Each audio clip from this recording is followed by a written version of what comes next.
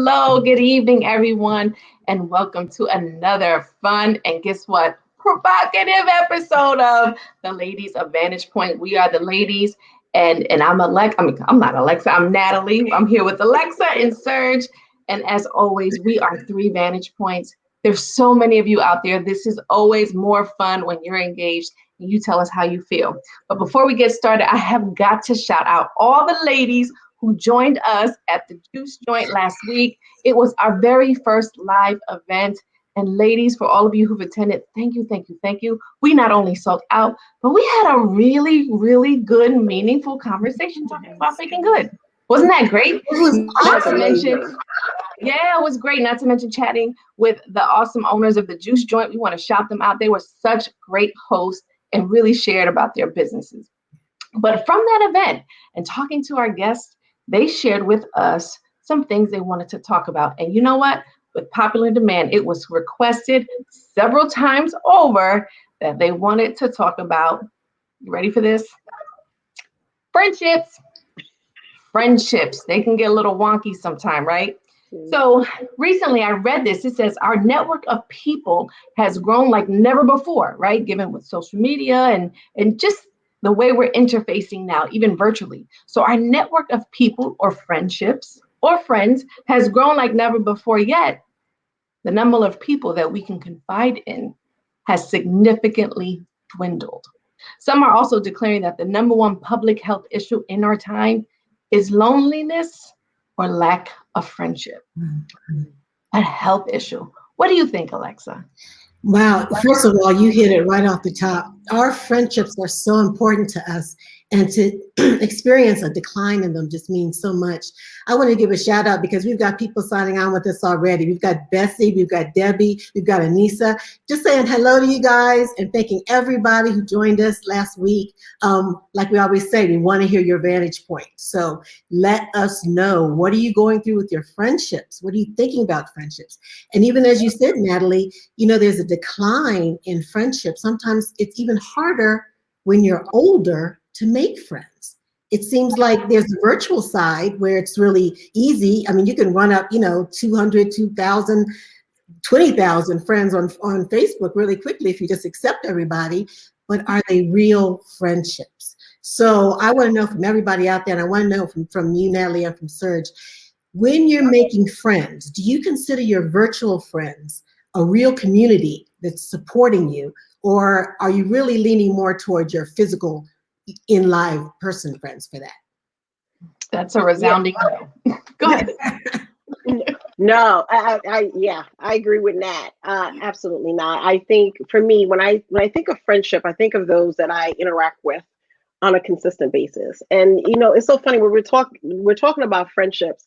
There's certain words that come to mind, right? Like heartfelt, like a person that is kind and uncomplicated. And that I use that word uncomplicated because sometimes we have this grand expectations from people, but and what we know, what we expect to see in a friendship. But the question is, are we good friends, or do we reciprocate certain things that we're looking into from someone else? And I know for a fact that friends on Facebook or my followers on Instagram, they're not all friends. I have a handful that are true friends. But when I think of friendship, I think of what is the exchange, not necessarily what can you do for me, is what is the connection? What is that mutual connection? And I start to think about what are some of the things that I can work on, because I'm gonna be very honest with you, and I'm gonna put myself out there. So no judgment, right? But I remember I was the girl that it wasn't easy for me to make friends because I'm so closed off. Now, if I allowed you in, trust me, it's because I truly trust you. And I'll never forget, actually, she's still she's my best friend. She says, why do you just cut people off like that? And I remember thinking, no, I don't. She says, you do. You have a switch. If someone says something to you that you don't like, or do something, you just, and the issue that I was having, girls, is that I would never communicate it. Oh, that's good. I would just dismiss you. But when I see you, I'll be like, hey, Alexa, hey, Nat, how are you? Mon ami, everything is good. Okay. Okay, wait a minute. So, Serge, Whoa. you're telling me that on the surface everything is okay, but Mhm. underneath, where the heart really matches, the trust level was already gone. Are you telling me Exactly. that's the breakdown? That's exactly it. And Okay. here's the thing, and that's why I feel as though when we talk about friendships, and I believe that you said this earlier, that one of the reasons why we're struggling, even as adults, is because we're not honest, and we're not doing a self audit within ourselves to see, dang, am I a good friend? Like, what are some of the opportunities? What are some of the things that I need to work with? Because we're always quick to say, okay, well, she didn't do this and she did that and she was talking about me and she did this. Okay, but what is my role? Because I strongly believe that where you sow, you also reap. So if you're sowing kindness, if you're sowing trust, if you're sowing good things in a friendship relationship, you're going to reap it down the line in due season, right? This season. So yeah, in due season. So to your point, it's like I realized that, hey, I suck as a friend. You don't.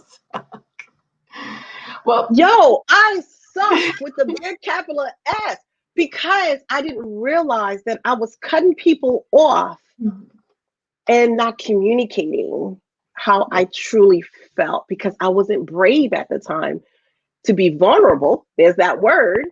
Wow, yeah. And to be honest and say, hey, Alexa, you said this and that hurt my feelings. Natalie, you did that. And that didn't, You that's know what, Serge, you are so right. And I think you're touching on something that I think even as adults, that is so one of the main problems that we have sometimes with our friendship is confrontation.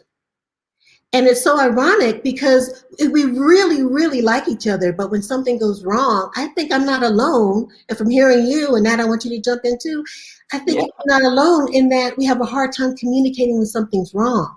Is that because we're afraid of losing the friendship? Is that afraid? What makes us have a hard time confronting?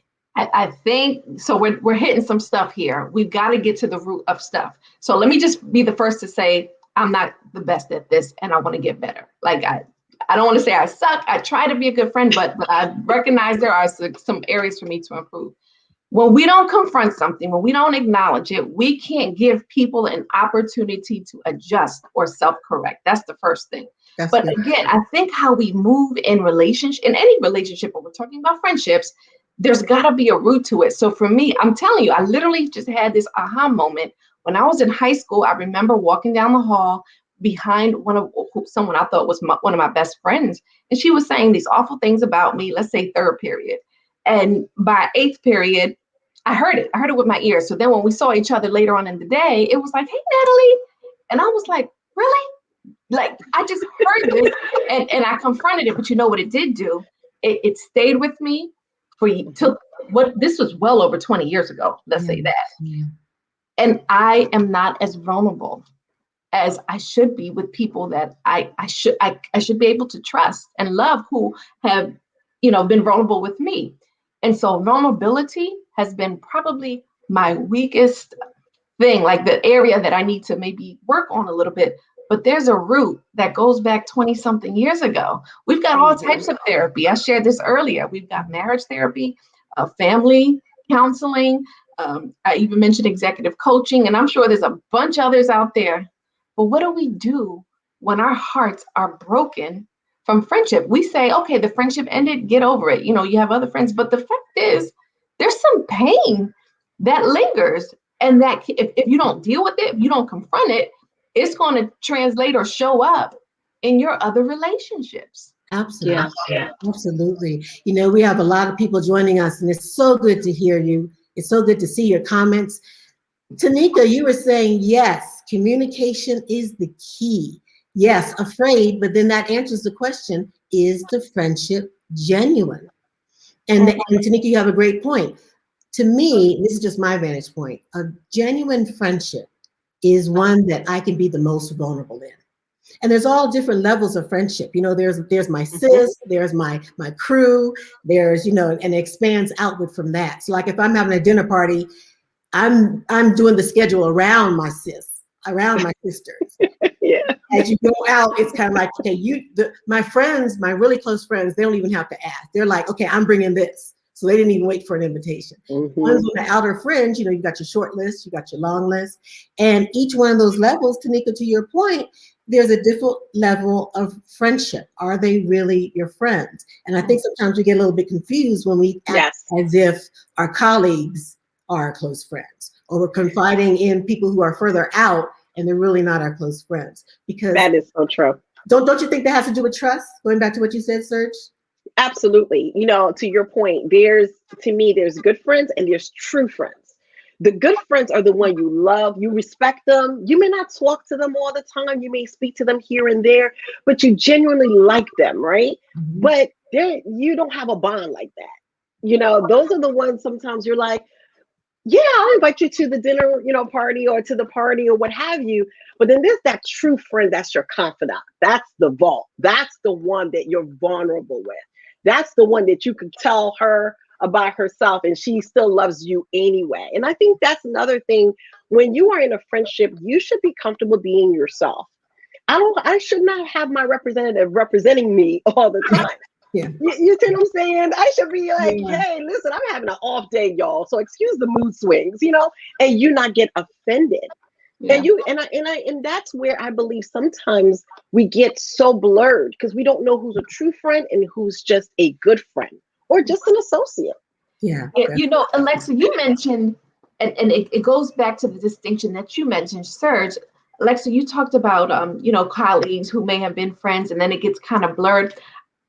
Consistency is a big part of that. So for instance, when we go to school day to day, when we're children, right, they're our friends because we go to school and we see them every day. Proximity can change things too. But then you move or you change jobs or you go to different schools and you're not interfacing as much anymore. You get busy or your lifestyles change. And, you know, so I think that's another component that we have to talk about, consistency, because that's where the hours of friendship and vulnerability and deposits are taking place in that consistency, the time together, the funny little silly friendship traditions. My girlfriend, she and I, every year on Black Friday, it was our jam. We were out there outside of Toys R Us at 2:00 in the morning, but it's what we did, right? So you create these silly traditions. And again, that's where trust happens. So I think that's a big part of it. But if I can add one other layer, so I feel like vulnerability is heavy, right? In this whole formula of friendship, right? If we can be vulnerable, we've mentioned consistency, but you know what else it is? Positivity, right? So if you're engaging with someone and it is, I read something and I'm totally paraphrasing, for every negative feedback or criticism or comment or advice, like, sis, I want to say this to you, or friendship or best friend, you got to have 5 other deposits, right? So for every one, there's got to be 5 positive things to do that. So if you're in relationship with someone and you're heavy on the negative stuff, then that may not be a friend either for Natalie. Right. So, but I think it's a combination of all 3 of those things. Like, are you depositing into Nat?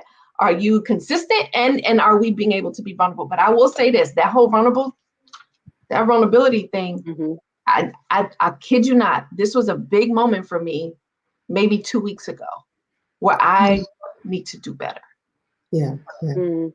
So how do you evaluate a friendship? Because now the one thing you just said, you were talking about consistency, but you're also talking about communication, being positive. And that goes again back to vulnerability and confrontation. Our communication. How do you even know if you're being a good friend? To me, I was thinking about this earlier and I was like, it's a little bit like bad breath. You're the last person to know. You're really the last person to know. So if you're a good friend, if you're open to friendships, if you're a friendly person, if you're being a good friend, if you don't have someone feeding that back to you, you really don't know. You could go off thinking, yeah, I got this nailed, and your friend's like, she never calls, she never writes, she never this, she never that. And so I think the burden is on us to really communicate more and to be Yeah. honest and to be vulnerable with each other. I want to ask this because our people are really responding to us, and I think that's really great. One of the things that Kashmir was saying earlier, she said, friendships are relationships too and take work. Sometimes people discount that. Romantic and familial relationships are important, but so are friendships, and they do. They take work. My question to you guys right now is, how do you make friends? How do you even make friends? I hear from people who are saying, I'm lonely. You touched on it in the opening. I'm lonely. Here I am, 30 years old, 40 years old, 50 years old. How do I even go about making friends? I think I'm friendly. I don't know if I'm really friendly, but how do we even start that? Yeah, I took one of those Strength Finders tests, and it says, you are, yeah, you like to turn strangers into friends, and there's a lot of truth to that. And I don't know if they're actually like friends, but I do enjoy engaging with random strangers. It's my jam. It fuels me. I get excited. But it also says, warning: the cynic doesn't like you, right? The cynical person is not going to like who you are. And then in learning and going through the self-assessment with the trained facilitators, they have all these executive coaching type things. The cynical person struggles with creating friendships. And it's that moment of vulnerability. So it's crazy how I can be vulnerable with a random stranger and just, crack the shell and just say, hey, I'm here, right? But in showing my deepest inner parts, I struggle with that. But I've been told that, everybody is your friend. And so how do I do that? I don't know. I guess I just talking to people, or not even smiling. And now we really learn how to do it with our eyes because we're working around with masks all the time. And just and to be honest, it's just being friendly, right? You never know who's connected to who. Open the door, wave. One other thing, one networking tool that I've learned a long time ago, and it just now is just so natural. I truly believe this. We are connected people. Everybody is connected somehow. Either the same person, you may go to the same grocery store, you may have gone to the same college. If I'm out and I'm trying to network and I'm in a business setting, I'm finding a common place for us to sit for 30 seconds to a minute before we talk about business. And the same is true as you're, courting friendships. There's something. You just got to find it. That's good. Yeah. It's so funny you mentioned that. Okay. I have so much in my head right now. I want to say something. So bear with me. To your point, I like what Kashmir said. Friendship takes time and it takes work. It takes a lot of work. I heard someone say that sometimes friendships are expensive because you're giving so much of yourself. I think it was you, Alexa. Now, how do you make friends? Honestly, there's people around you all the time. Now, I get it, in our new pandemic and our new world is a little difficult. But trust me, there is someone out there that you have a common ground. You just have to take the time to find that out. Perfect example, if your place of employment, not that I suggest that all coworkers become friends. That's not always wise, but you also have to be discerning. I met my best friend at work 16 years ago. And to this very day, she's still my best friend. And all she did was like, hi, my name is Michelle. Who are you? She did a Natalie. I was like, hi, my name is Serge. And we've been inseparable ever since. Now, that was at work. Who would have thought, right? Church, when you are going to church and you're fellowshipping, if that's your thing, if you go to church and let's say you sign up for a ministry of helps, whatever, volunteering, there's a group of people there that you could connect with. With Facebook, there's so many groups. I'm part of this Haitian American club, right? I've met amazing women who are just like me. And honestly, I was telling my best friend, one of these days I'm going to go to DC and visit them, because every year, well, due to the pandemic, they didn't have one. They throw this big conference, and what do? They network and they exchange, and we just connect. There's so many opportunities. But here's what I'm going to say to that, though. Don't be so eager to make friends. Make sure you're making the right connections. But in that, using discernment, because sometimes people are there just for good collaboration, but not necessarily to be a part of your life. because then that's when it gets a little blurred, right? And in a lot, and I'm good with this. I will truly say, like, if I really like someone, I'll say, hey, let's go out to eat. Let's go out to dinner. And that's nothing, there's no harm in that. And if they say no, it's okay. You know, but a lot of times I'll ask someone out if I feel really comfortable, if I really want to get to know them. Because I think they're just super dope. And I just want to know who they are. Yeah. Because to me, I'm looking at them like, yo, you're very, very special. You know, but then there was one more question, Alexa, that you asked, and I really felt we should go back to that just for a second, is when you were saying, you know, how do you know that you're being a good friend? Yeah. For me personally, I just ask. And I don't just ask anyone. I ask the person that I'm vulnerable with, because I know she's going to tell me the truth. And just this Saturday, I asked her, am I a good friend? And she started laughing and she said, and she paused, and I ain't gonna lie, the pause scared me a little bit. And, you know, I was like, you know, and she says, you are. You are a good friend. And then I asked, well, what makes me a good friend? And then my next question, I used the sandwich approach, Alexa. Now, what are my opportunities? What are some of the things I need to work on? That's good. I love it, Serge. I love it. You know, to answer the question for myself, I would say, as an introvert, extroverts adopt me. That's been, that's been my life. And some of my extroverted friends are right here on the chat. And I say, hi, you guys. Extroverts adopt me. And I've been living on that. And that's really helped, because people like you, Natalie, or people like your friend, Serge, who just come up to you and they're all grins. And I'm like, this is great. And I've learned, and they've learned, that I'm not like them. So I love being invited to the party, even though I may not go. And please invite me the next time, even though I may not go. But I think there's something in that you have to know yourself. You have to know your expectations. You have to know who you are as a person. Don't put yourself out there as the jet skier who wants to be active every weekend if you're I want to be home reading a book kind of a person. Because the problem is you're going to create some frustrations if you're not really true to yourself. And that's one of the reasons why we've got some problems in relationships. I want to get to Tania. Tania Green said something really good. I think it goes back to when our relationships fall apart. So I want to talk a little bit about what happens when relationships fall apart, what we can do to prevent that, or if we should let them go, and how we can hold them together if we should keep them. So Tania said, I had a friendship that lasted 10 years and it ended in not a good note. Friendships do take time to heal as well. I had a friendship recently that just ended over literally a misunderstanding, a very, very simple misunderstanding. And what I've committed to is that I will, shoot her a text. I'll respond to something that she puts on social media. And privately, I've told her, I consider myself your forever friend. So you may have canceled me, but I'm not canceling you. Sometimes there are relationships, though, that we have to say goodbye to.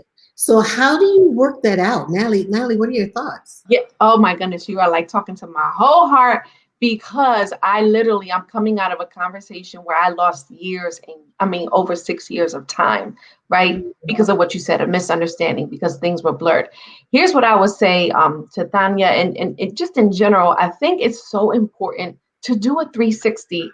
And so I heard someone say at our event, I show myself as friendly, but I'm still not able to make friends. But are you? And so it might just be asking people, how are you experiencing me? Right? If you're really you're not seeing any results, like if you're really trying to make friends, ask people, how are you experiencing me? And then the other thing is also at the event, shout out to our God-fearing fitness model, Ebony Jones. She said this. She says, in our friendship group, we are so intentional about speaking each other's love language, right? Some people need the time. Some people need the call. They need to be affirmed. They need a gift. We don't know what it is, but love languages isn't just for romantic relationships. They can help a friendship thrive. But if we don't know what's important to a friend of ours, then how could we fill their love tank up in our friendship? And she used the example of, they had a friend, there was an event, her love language is acts of service. So while that was all happening, they were in the kitchen cleaning up, making up, because they knew that was important to her. So It's awesome. yeah, and I think it's important that you this is a good question. How do we keep relationships? And I'd like to hear what the audience has to say about keeping relationship. What does that look like for you? Yeah. It's so funny. One of the things you have to look at is you got to weigh the relationship. We said this earlier in the show. Relationship is a give and take, right? And there's some relationships, if you're constantly burnt out and you're exhausted and you're drained after the interaction, you may want to reevaluate that relationship. Not necessarily cut them off, but reevaluate it. Okay. Now, there are some relationships that are worth fighting for. And I'm going to share a real quick story, personal story. My best friend and I had a huge falling out. It was bad. And I'll never forget it. And then it was so bad that I didn't want anything to do with her. I cut her off. I blocked her on social media. You name it. She was done. And a month later, she emails me because she realized she was blocked. She emailed me and then she said, I'm so petty. And then she said, You petty. I'm so petty. And then she wanted to meet so we could discuss. And at first I was like, absolutely not. I'm not doing it. But deep down, I really wanted closure. And when I met her, when we met up for not really dinner, I remember when we had a heart to heart. To your point, Alexa, she said, your friendship is worth fighting for. You're my sister. You're not my friend. You're my sister. And I realized that I wasn't being a good friend because I was willing to throw away, I think at the time was like 14 years of friendship because of a huge misunderstanding. I felt I was right and justified in how I felt. And in some ways I was, but I never owned up to my stuff. Ooh. And that's when she was like, oh, hold tight, sis. Serge, please say that again. Please say I that never owned up to my stuff. And when she opened it up, she said, let's look at the book. I said, oh, crap. Love and it. I had to put the tail between my legs and say, sis, I'm sorry. Yeah. And then our hearts started to be in rhythm again. It took almost 3 years for me to say, I'm sorry. But you know why we're still friends today is because she taught me how to be a friend. So to my girl that asked that question, you got to weigh it. Weigh the relationship. Why are you not speaking? Is it stupid? You know how we could be petty. Now, you know we could be petty. Yeah. And then is it something like to Natalie's point? Is it a huge misunderstanding that we could fix? But then I promise you, if you decide to fix that relationship, I bet you not only will you mature, you'll realize she was worth fighting for. Yeah. Serge, that's such a good story. And there's so many, like both characters here are like this is a real vulnerable moment. Mm-hmm. For me, it's the outreach. It's the outreach that she made. Yeah. And oftentimes we isolate and we just fall back and say, it's just too much, it's too uncomfortable. But it meant that much that she picked up the phone and said, listen, there's the vision, there's space, and we're not having it. Let's deal with it. And I think that's a good measuring tool. I heard this a long time ago, the difference between the lie and the truth. The truth is a straight line. The lie is the squiggly line, right? Those are opportunities to line up the squiggly and the straight line up to find out where's the truth. Where there's division, there's a squiggly line. And oftentimes I believe the enemy is at the core of it, right? But if we're not talking about it, he wins. Yeah. That's it. He wins. You know what? I love what you guys are saying. And one of the big takeaways right here is not to be so quick to cancel. Not so quick to cancel. Yes. No one is going to live up to 100% of your expectations. You know what I mean? That's and we're good. not living up to everybody else's expectations either. So if you have a problem, I understand that it's human nature to gripe. It's human nature to vent. Everybody has to vent. Something might happen to your friend and it's like, I don't know why she keeps doing that. That really bugs me.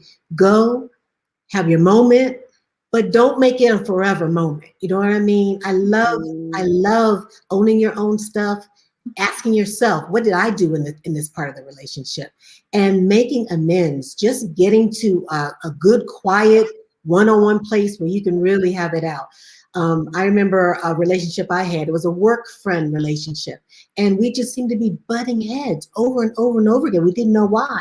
And when we actually sat down, we were intimidated by each other. The thing that was keeping us apart was really our admiration of each other and how strong we were and how good we were at our jobs and our positions. And so whatever that underlying thing is, there's always an underlying thing for what's really happening on the surface. I love what you said. Have those heart-to-heart moments because friendships really are worth fighting for. Really are. And you know what I had to learn too? Check how you're thinking.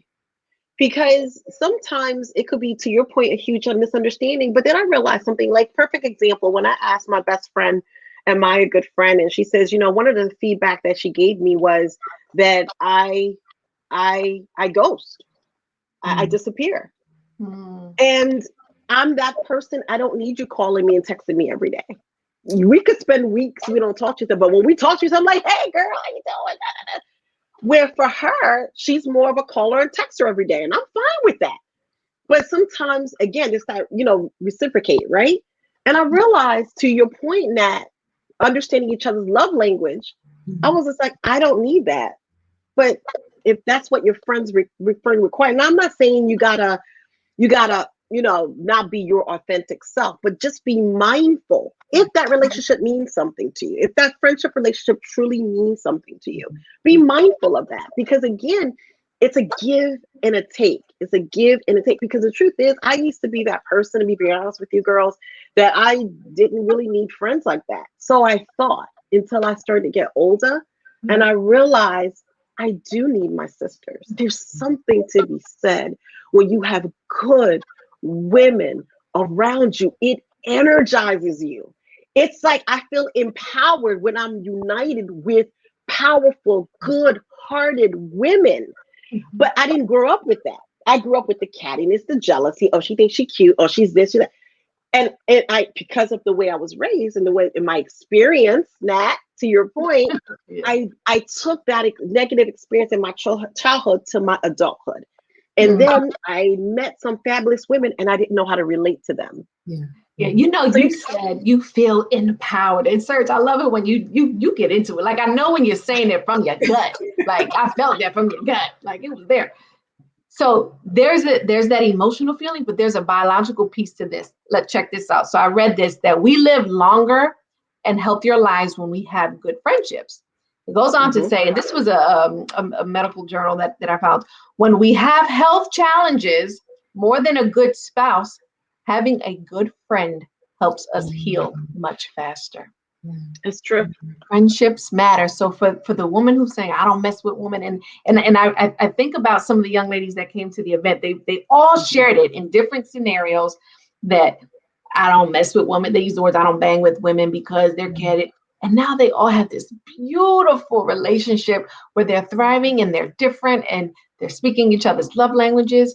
But there's something to be said, even biologically, it is healthy to be in fellowship with friends. I read something too along those lines, now, that was talking about, as you get older, your friendships mean even more to you.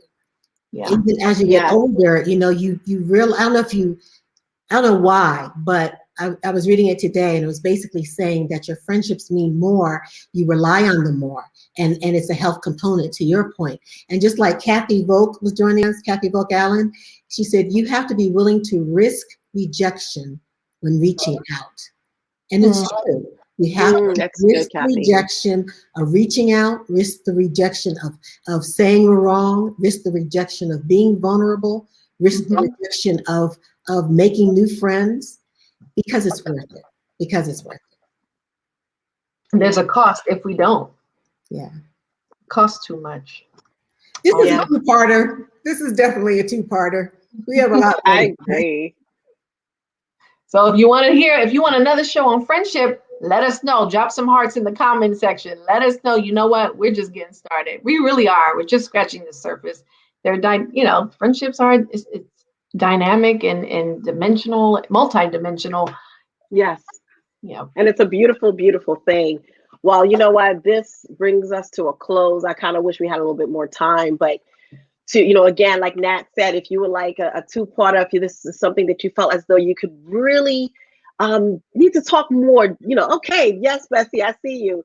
We'll definitely do this again next week. But, we also want to hear your vantage point. If you have any questions specifically around friendship, if you're one of those who just don't bang with women, trust me, I get it. I used to say the same thing. But now I value the relationships. I need these ladies because they are important. Because you know why? I had to bring down that barrier. Let's talk about that. So again, you heard our vantage point. What's yours?